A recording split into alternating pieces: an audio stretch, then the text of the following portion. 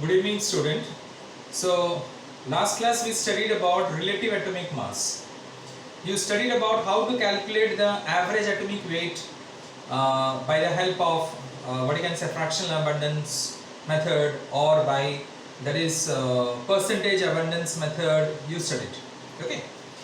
So, but these are not the actual what you can say the method to calculate the atomic weight of a particular substance.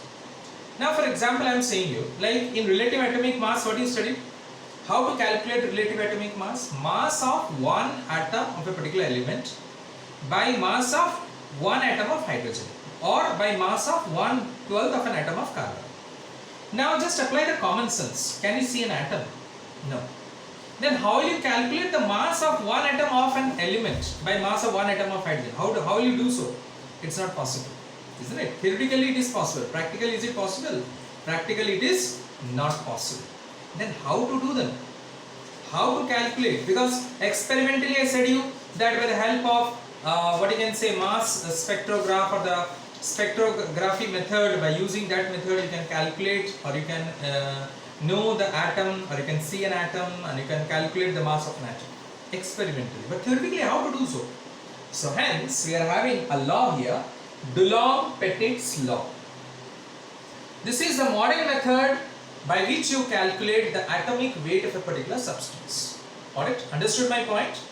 Because by relative atomic mass, or by what you can say average atomic mass, which you have done it in fractional abundance or percentage abundance, both are practically not possible to calculate the atomic weight of a particular substance. Practically it's not possible. Then how do we do so then? How can we actually calculate the atomic weight? That we can do it by Dulong-Petit's law. So children, I am saying you the law, I am telling you the law, you just write it down. Write down. According to Dulong-Petit's law, the product of atomic mass and specific heat capacity is approximately 6.4. Again I repeat, according to this law, the product of atomic mass and specific heat capacity is approximately 6.4. So what I said? Product of atomic mass or atomic weight, both are same.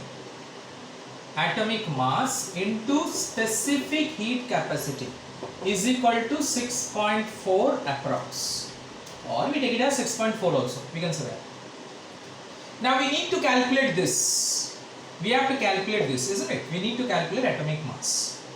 For that purpose, we need to know what is specific heat capacity. What is specific heat capacity? Now ICC student they know it. CBSE student, I am telling you, even I can tell, even I am saying for the ICC also. Just I am saying you these things. Why? Because you can correlate it from your book. If you are stuck up somewhere, ICC student, you can correlate it. Yes, sir has told that we have studied. So from where we have studied that. That is the only what you can say way. For that purpose I am saying you. Alright. Now specific heat capacity. Listen carefully. What is specific heat capacity? It is the amount of heat required to raise the temperature of 1 gram of a substance through 1 degree centigrade. What I said? Again I repeat. Specific heat capacity. It is the amount of heat required to raise the temperature of 1 gram of a substance through 1 degree centigrade. Suppose you are having 1 gram of copper. You want to raise the temperature from 25 degrees Celsius to 26 degrees Celsius. You have to heat it.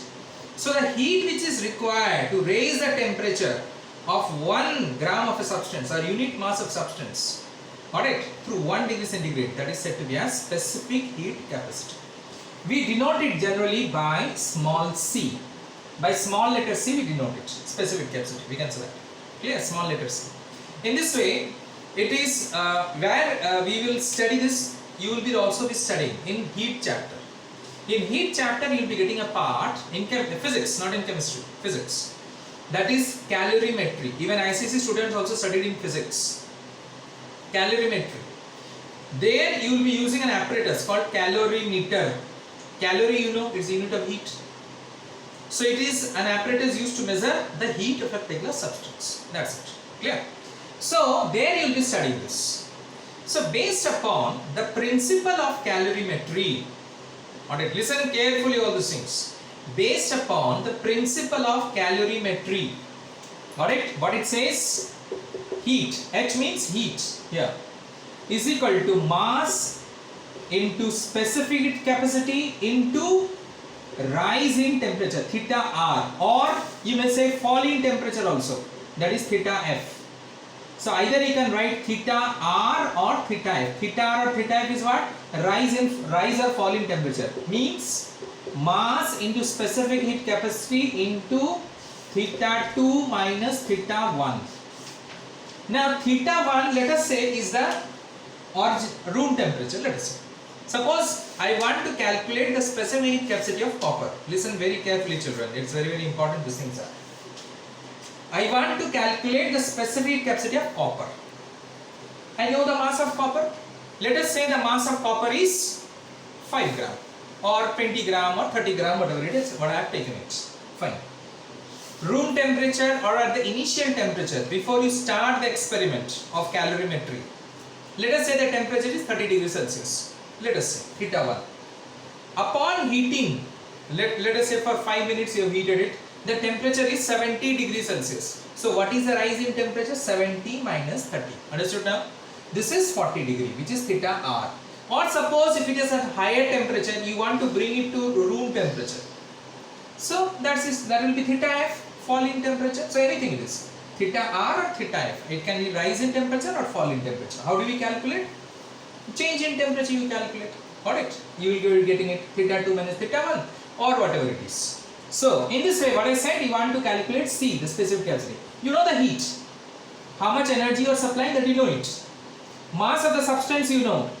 You know the initial temperature, you know the final temperature. This is your initial, this is your final. We can say that. Clear? This is unknown to you. You can calculate. Got it? Here you know H, you know heat, you know mass of the substance, whichever substance, maybe copper, maybe iron, maybe silver, maybe gold, whatever it is. The substance you have taken, the element you have taken, the mass, alright, that heat. Heat is calculated, it can be calculated, you know, heat means what? Energy, that can be calculated. C is your specific capacity, which I want to calculate, and theta 2 minus theta 1 is the rise or fall in temperature. Final minus initial, I have done it. Clear? From there you will get the value of C, which you will put it here in specific capacity. Got it? So what you will get? Again the unknown substance is what here? Atomic mass. So atomic mass will be what? 6.4 by SHC, isn't it? Atomic mass will be 6.4 by specific heat capacity.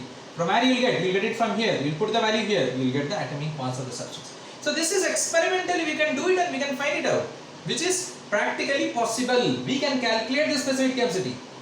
Got it? As a result, we can also calculate the atomic mass of the substance. That is known as Dulong-Petit's law. From the Dulong-Petit's law, we can calculate the atomic mass of a particular substance, so to say. I think you have understood this. That is Dulong-Petit's law, atomic mass, how to calculate. Now, after that, we will see how to calculate the molecular mass of substance. Atomic mass is now it is understood. Okay, fine. How to calculate the molecular mass? Same thing, molecular mass what we studied in the last class. Similar definition. RMM, relative molecular mass. How do we calculate? Mass of one molecule of a substance by mass of 1/12 of an atom of carbon or mass of one atom of hydrogen. Same thing. Is the molecule visible to you? No. Then how will you calculate the mass of one molecule of a substance? How to calculate that? Alright, so practically that is also not possible because that's the ratio it is being given. Those methods are nothing but the ratio. It's a ratio method which is being given in the lower classes just to make you understand or just to tell you what is relative atomic mass and what relative molecular mass. As you are going to the higher classes, you will be learning more and more details about it. So there are three ways by which you can calculate the molecular mass of substance. You can calculate first by Victor-Meyer's method, got it? Second by ideal gas equation method, and third by Graham's law of equation method. So one by one we'll discuss. Thank you very much.